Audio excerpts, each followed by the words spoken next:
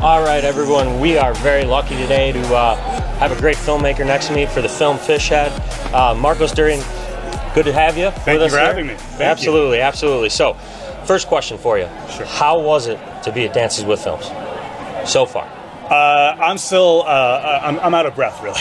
I'm so excited and relieved at the same time, but because we just had our screening, for those who don't know the proximity of this interview, but we just screened in block 1 of the shorts competition, and I'm riding high right now. Yeah? So a lot of good feedback then? Yeah, the crowd was great. We had what looked like a sellout crowd. It did. And the films in our block were all incredible, and yeah, it's awesome so far. Yeah. Cool. Good. So let's move on to the film. So I've seen it twice now. Cool. It's fantastic. I loved it. Thank you. Yeah, man. I mean, great cinematography, great overall story. So the first question I'm going to ask you is, how did your involvement start with this piece? Well, the initial involvement was me living it for my youth, and what happened was, back in the early 2000s, I sat down and wrote the feature-length script first, and at the time, diversity wasn't really a thing. And we went out to a couple of studios, and we got some traction, and we got some meetings, and people were reacting favorably to it, but they were asking if I would do a rewrite and change the nationality of the characters from Filipino to either Caucasian or even African American, because that would be how they would sell the film. So, being a young filmmaker, it's like, okay, yeah, I'll do it.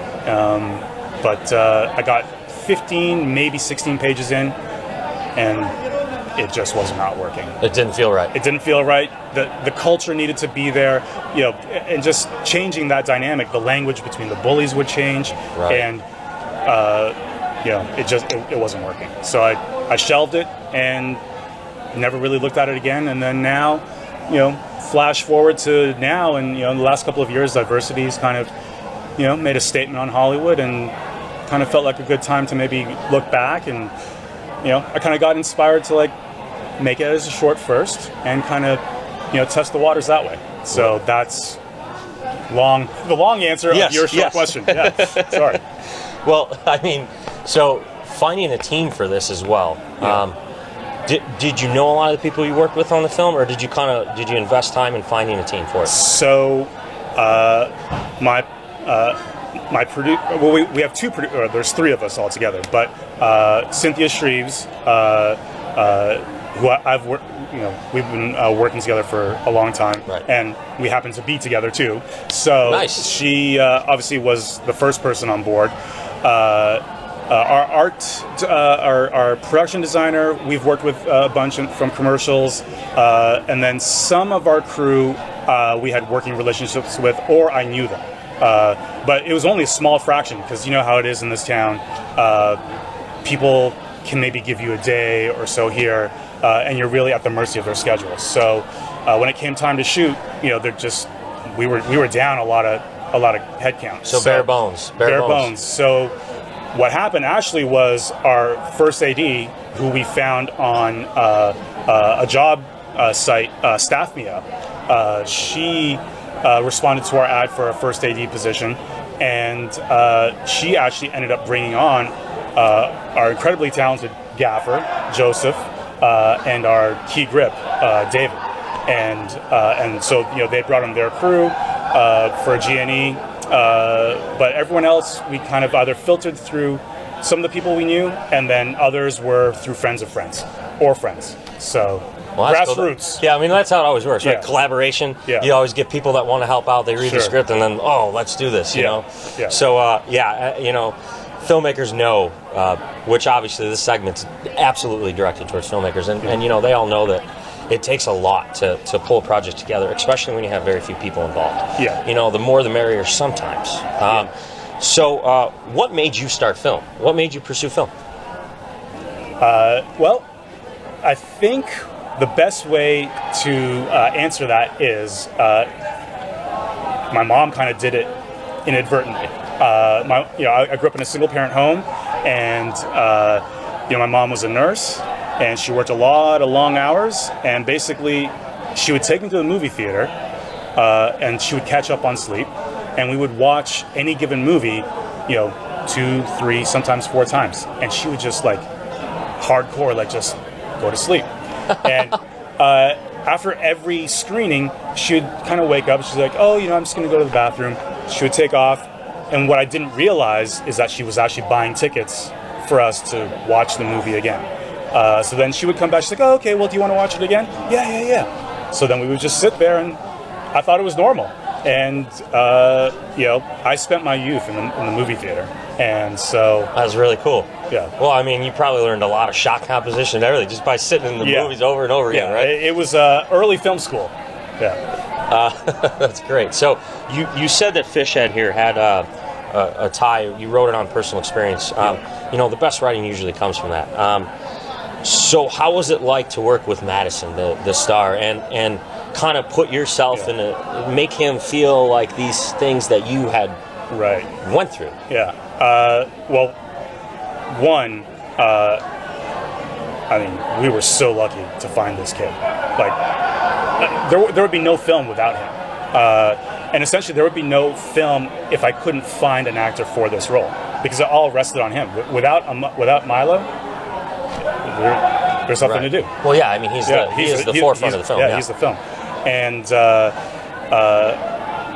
I was afraid that we weren't going to find, Madison, or we would find the character or the actor for Milo.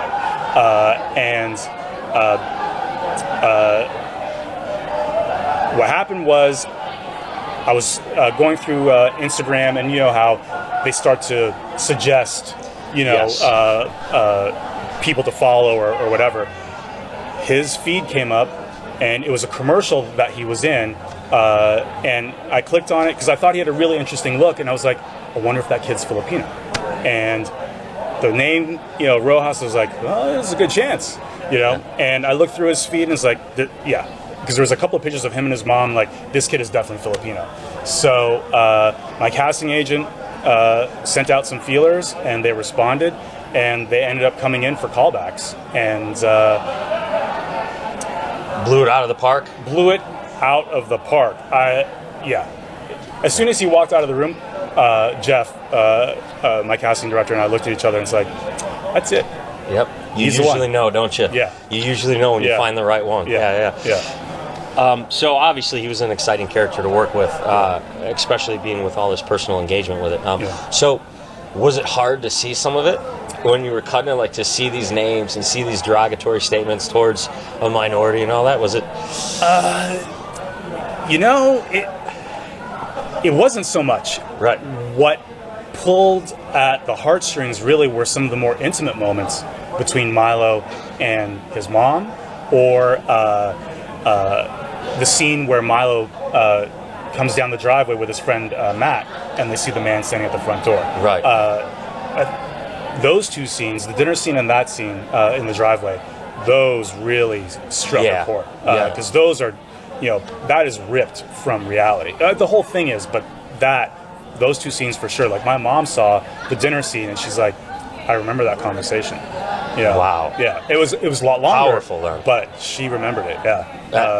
They both come across very powerful in the film. And one thing about the film that I found amazing is your sound design. Your score and the music is really hits in every scene and everything. So tell us about the composer a little bit. Joy Niao, pronounced Niao, kind of like meow but with an N. She is right here. Okay. Joy was introduced to me by a mutual friend from a creative group called Phil AM. And they had a screening of short films that I had attended, and we met through that screening, and we just kind of hit it off. And I found out that she was a composer, and I listened to some of her work, and I was blown away. And I was like, hey, she read the script, and just send me something that you might feel inspired by from, anything that you've already got that you might think might inspire me, And so she sent me one track, and I was like, wow. And that was it. That was it. And it's the track that ends the film. Okay. When Milo's sitting on the stoop, and then it's repeated in the end credits. Right. So, so again, osmosis through different relationships, met Joy, and we had some conversations during post, and I started sending her scenes, and then she would start, putting little things here together, here and there together, and it started off very like rudimentary and just very simple, and then she just sent me stuff, and it was like a punch in the face. It's like, whoa, how did we get from that to this? And to see her creative go from just something very basic to where it ended up in the film is just mind-blowing. And based on the conversations that we had, she just hit it out of the park. So I want to talk about my favorite scene in the film, where Milo is he's on a lawn and he's looking up at the clouds, and you start the scene in the trees, way up high. You pan down a little bit. That shot's beautiful. What did it take to put that shot together? I mean, what camera did you have to, what kind of rig were you going at? So first, the big thing was the lighting. And that park happens to be in walking proximity to where I live. Every day, I take my dog for a walk in that park, and we needed a park for the film. And I originally was looking at a different park, and it just wasn't working out because they weren't responding to our calls or anything. And then I started looking at our park, and I'm like, and then I was walking there one afternoon, and the light was perfect. I'm like, and all of a sudden it was like discovering the park for the first time all over again. And I was like, wow, I think we need to see if we can get this. And so we got it. We planned our shoot around it, which was between 4 and probably 7 p.m. And we were shooting at the school before that. So we built our schedule to be at the park and be shooting that scene within that finite amount of time. 4 to 7, that was it. And so we started with, we kind of shot in reverse. So we started with Madison along the fence first. When he's pulling it down on the fence. And then and we're on the fence side with him. And then we went down to the meadow and we shot a rig that our key grip David built, which was we took a Western dolly, put it, which is just a very rudimentary dolly for the audience if they don't know what that is. It's not like a JL Fisher dolly or anything like that. So they use it to move cable around. That's what they typically use it for. So on that we put our sticks and we raised it up, and we made this platform that Madison could lay on with his hands behind his back, and we had this platform that was just a sliver of wood that he could support his head on like this. Yeah, that's up front. That's the scene. That's the scene. This is when he's so happy, considering how he's just gotten all this stuff from the bullies, and okay. So when you see the film, you'll notice that it's kind of a surreal moment where the ground below him is moving. And that was obviously intentional, and so the camera was mounted above him, and he's laying below the lens like this, and we just shot at 120 frames per second and just moved the dolly as slow as we could, but still feel the grass moving behind him. And with the slow motion and the slow movement of the dolly, that let this shot sit on screen for about the 15 seconds that it's on there for. He's in the clouds. I mean, the symbol, there's so much symbolization behind it. It's unbelievable. It's his escape, And it's really cool to, I'm sure it happened to you then when you were a child, you find those moments far and in between, even if you're getting all this harassment, you find those moments to stay happy.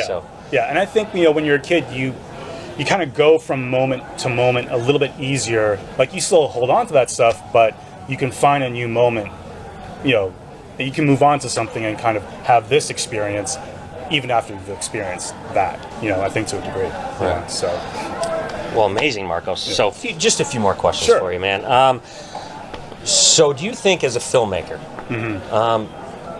you have to find your demographic, find your audience for your film? Or do you think as a filmmaker, especially with a piece like this, it can speak to everyone? I would go for the latter. Yeah. I think, with Fishhead, the goal was to reach a mass audience. Even though it's dealing with Asian American storylines and issues, I still think that there's a lot of elements in it that anyone can relate to, and that's really what we wanted to transcend to the audience. Was this? Yes, you see a Filipino American family, but this is a story for anyone across the globe. That has gone through this experience or maybe going through it. So reaching a wide demographic was always the goal. I think you hit it, man. I think you got it. Yeah. Thank you. So what's next for Fishhead? Hopefully, this, but over 90 minutes long. Nice. So you're going to approach the actual feature now. I hope Use so. this as proof of concept and try to really nail it in. Yeah. Well, I think you got a great film, and I think you can do that for sure. So, are you going to try to approach the same studios that? Hey, yeah, it's up for grabs. Well, one of them isn't around anymore, but yeah. Okay. Yeah. All right. Yeah. All right, Marcos. Well, thank you for talking with us. Thank you. Guys, check out Fishhead. It's a quite incredible film. I mean, it's shot beautifully. You got a bright future, Marcos. Thank you, man. Thank you.